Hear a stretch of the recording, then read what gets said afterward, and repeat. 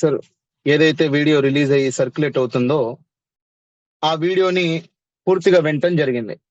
ఏదైతే ఈ పహల్గామ్ అనే దాడిలో, ఈ ఉగ్రవాద దాడిలో అమాయకమైనటువంటి హిందువులు బలయ్యారో, మత ఆధారంగా జరిగినటువంటి దాడి.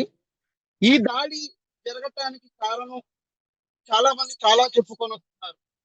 బీజేపీ పార్టీ ఫెయిల్యూర్ అని, ప్రధానమంత్రి నరేంద్ర మోడీ ఫెయిల్యూర్ అయ్యారని, లేకపోతే home minister Amit Shah failure అయ్యారని, ఇంటెలిజెన్స్ ఏజెన్సీ ఫెయిల్యూర్ అయిందని చాలా మంది మీద నెపం నెడుతున్నారు.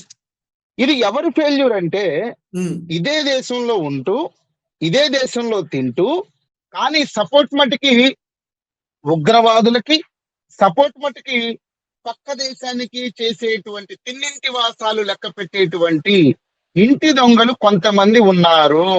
ఇంటి దొంగని ఈశ్వరుడైనా పట్టుకోలేడు అనే సామెత గుర్తుంది కదా.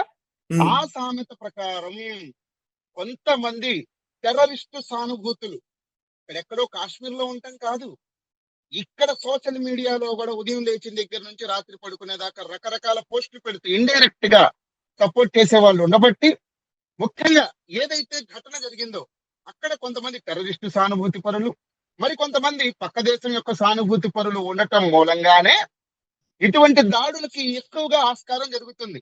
అబ్బే లేదండి, అక్కడ ఉన్న వాళ్ళంతా మంచోళ్ళే, అక్కడ ఉన్న వాళ్ళు హెల్ప్ చేయలేదా అంటే, మానవత్వం బతికున్నోళ్ళు, మతం గితం ఏమీ లేదు అని చెప్పి పక్కన పెట్టేసిన వాళ్ళు హెల్ప్లు చేయొచ్చు, మంచి హాస్పిటాలిటీ చూపించొచ్చు. అంత మాత్రాన అక్కడ ఏమీ తప్పు జరగటం లేదు అని చెప్పి అయితే చెప్పలేం.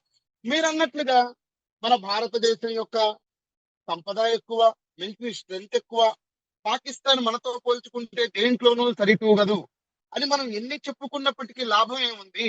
ఇక్కడ ఇంటి దొంగలుండి ఇక్కడ రహస్యాలు అక్కడ వాళ్ళకి చెబుతూ, వాళ్ళు రావటానికి ఆస్కారం ఇచ్చి వాళ్ళకి సపోర్ట్ చేసేటువంటి కొంతమంది గంజాయి తులసి మొక్కలు, తులసి వనంలో గంజాయి మొక్కలు లాంటి వాళ్ళు ఉన్నంత కాలం ఇటువంటి దాడులు జరుగుతూనే ఉంటాయి. ఉదాహరణకు మీకు ఒక విషయం చెప్పాలి, ఇక్కడ నాకు గుర్తొచ్చింది. కృష్ణవంశీ తెలుసు కదా, డైరెక్టర్ కృష్ణవంశీ. ఖడ్గం అని, సింధూరం అని ఇలా ఎన్నో సినిమాలు తీశారు. ఆయన ఇంటర్వ్యూ ఒకటి నేను విన్నప్పుడు, ఖడ్గం సినిమా గురించి ఆయన ఇంటర్వ్యూ ఇస్తూ అనుభూతులు పంచుకుంటూ, ఆయన ఓల్డ్ సిటీకి వెళ్ళినప్పుడు అక్కడ చాలా మంది, ఒసామా బిన్ లాడెన్ గారు తెలుసు కదా, ఎంతో మంది అమాయకుల్ని పట్టణ పెట్టుకున్నాడు. వాడి ఫోటోలు అక్కడ చాలా మంది పెట్టుకొని చాలా గౌరవిస్తూ, రెస్పెక్ట్ ఇస్తూ చూడటం ఈయనకు ఆశ్చర్యాన్ని కలిగించింది. ఇలానే ఒసామా బిన్ లాడెన్ గాడు అని నేను మాటల సందర్భంలో ఎవరితో అంటే, గాడు అనకూడదు, గారు అనాలి అన్నాడు ఒకడు నాతో. అంటే ఒక వ్యక్తుల్ని మతం పేరు చెప్పి చంపేటువంటి లుచ్చాలకి కూడా మనం మర్యాదలు ఇస్తూ ఉన్నామంటే ఎంత ఇండైరెక్ట్ గానో డైరెక్ట్ గానో సపోర్ట్ చేస్తున్నట్టు ఆలోచించండి. ఇట్లా అక్కడెక్కడో కాదు, ఇక్కడ సోషల్ మీడియాలో కూడా సానుభూతి పరులు ఉన్నారు, పోస్టులు పెడుతున్నారు ఇండైరెక్ట్ గా. ఈ సోకాల్డ్ ప్రకాష్ రాజ్ గాని, సోకాల్డ్ మోహన్ లాల్ కానీ, ఎంతమంది సినిమా యాక్టర్లు అయితే ఉన్నారు, వీళ్ళు చాలా రకాలైన ట్వీట్లు చెప్పారు. వీళ్ళే కాదు, అలాగే కొంతమంది పొలిటీషియన్స్ కూడా ఉన్నారు. ఒక పక్క మన భారతీయుల్ని చంపేస్తే అక్కడ 27 మందిని వాళ్ళ పొట్టాన్ని పెట్టుకుంటే, ఇక్కడ కొంతమంది నాయకులు, వాళ్ళ పార్టీ కూడా చెప్తాను, కాంగ్రెస్ సంబంధించిన పార్టీ నాయకులు వాళ్ళు, ఒకరు మన కర్ణాటక ముఖ్యమంత్రి కావచ్చు, అతని పేరు చెప్పడం కూడా నాకు ఇష్టం లేదు. ఎందుకంటే శాంతియుతంగా కూర్చుని మాట్లాడాలంట. ఇక్కడ ప్రాణాలు పోతుంటే కూర్చుని మాట్లాడాలంట, కనీసం కూడా బాధ లేదు. అలాగే మరికొంతమంది పోస్టులు పెడుతున్నారు, నిజానికి వాళ్ళు అన్నం తింటున్నారు, గడ్డి తింటున్నారు, లేకపోతే పాకిస్తాన్ వాళ్ళు మల విసర్జన తింటున్నారు, అర్థం కావట్లేదు. కానీ నిజంగా సింధు నది ఆపేయడం వల్ల అక్కడ ఆకలితో ప్రజలు చనిపోతారంట. అంటే ఇక్కడ బాంబు దాడులు చేయొచ్చు, ఇక్కడ ఏమైనా చేయొచ్చు, ఇక్కడ ప్రజలు చనిపోవచ్చు. కానీ ఇక్కడ దేశ ప్రజలకి ఇక్కడ హాని కలుగుతుంటే కనీసం కూడా వాళ్ళకి బాధ కనిపించట్లేదు. కానీ అక్కడ ప్రజలు ఆకలితో చనిపోతే వీళ్ళకి బాధ కలిగిస్తుంది. అసలు మీరు ఈ దేశం కోసం మీరు ఏం చేస్తున్నారు? అమ్ముడు పోతున్నారు కొంతమంది కుక్కలకి. రైట్, యూసఫ్ గారు కంటిన్యూ చేయండి. జస్ట్ ఆస్కింగ్ అని అడిగేటువంటి ప్రకాష్ రాజ్ ఆ ట్వీట్ లో ఎక్కడా కూడా ఇది టెర్రరిస్టుల దాడి, ఇది మతం ఆధారంగా జరిగిన దాడి అన్న మొక్క ఎక్కడా చెప్పలా. సాయి పల్లవి ట్వీట్ పెట్టింది, వాళ్ళని జంతువులతో పోల్చింది. ఎక్కడన్నా గాని తేజ గారు ఒక జంతువు మతం ఆధారంగా ఇంకొక జంతువుని చంపటం మీరు చూసారా? ఎక్కడా జరగదు. కేవలం అది తన జీవితాన్ని గడపటం కోసమే వేటాడిద్ది. అది అవసరమైనప్పుడే వేటాడిద్ది. కానీ వీళ్ళు నా మతం కాదని, నేను మొక్కే దేవుణ్ణి మొక్కటం లేదని, నేను నమ్మే మత గ్రంథాన్ని నమ్మటం లేదని చంపేటువంటి కొంతమంది టెర్రరిస్టులని ఎందుకు వీళ్ళు కత్తితో నరికినట్లు ఖండించటం లేదు? ఎందుకు ఎక్కడో వాళ్ళ మీద లేనిపోని సానుభూతి?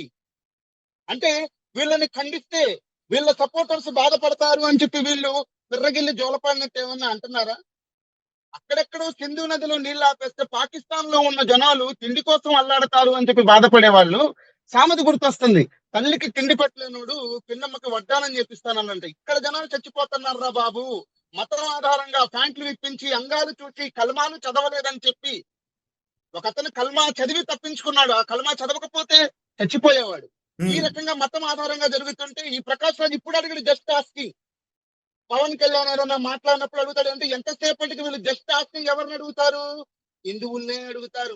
ఈ జస్ట్ ఆస్కింగ్ లంతా పవన్ కళ్యాణ్నే అడుగుతారు, బీజేపీ పార్టీనే అడుగుతారు, వేరే పార్టీకి అడగరు. ఇంకొక విషయం ఇక్కడ మాట్లాడాలి. కొంతమంది పోస్టులు ఎలా పెడుతున్నారంటే ఇది కావాలని చెప్పి బీజేపీ పార్టీనే చేపించింది, బీహార్ ఎన్నికల్లో దీన్ని అడ్డం పెట్టుకుని గెలవటం కోసం అని. ఎంత శాతకాని మాట, ఎదవ మాట. ఇన్ని రాష్ట్రాల్లో ఎన్నికలు జరిగినప్పుడు ఎక్కడా కూడా ఈ రకమైనటువంటి అటాకులు జరగలేదు. ఎప్పుడు జరిగితే దీనికి జరిగినటువంటి కారణం ఏంటో మర్చిపోవటం కోసం ఈ డ్రామాలు. దీనికి జరిగినటువంటి కారణం ఏంటి? ఓన్లీ ఇది మతం ఆధారంగా జరిగింది. ఇది పక్కా. దీనికి ఎంత మసాలాలు పూసి దీన్ని మ్యాగ్రేట్ చేసినా గానీ ఇది పక్కా. మరి ఇప్పుడు కొంతమంది అంటారు, మరి అక్కడ కాపాడింది కూడా ముస్లింలే కదా, ఒక ముస్లిం వ్యక్తి ప్రాణం కూడా పోయింది కదా. ఆ ముస్లిం వ్యక్తి ప్రాణం ఎందుకు పోయింది? ఆ టెర్రరిస్టులు చేసేటువంటి చర్యని వ్యతిరేకించాడు. ఇలా తప్పు చేయటం, ఒక మనిషి ప్రాణం తీయటం తప్పు అని మతాన్ని దాటొచ్చి మానవత్వంతో ముందుకొచ్చాడు, చంపేశారు.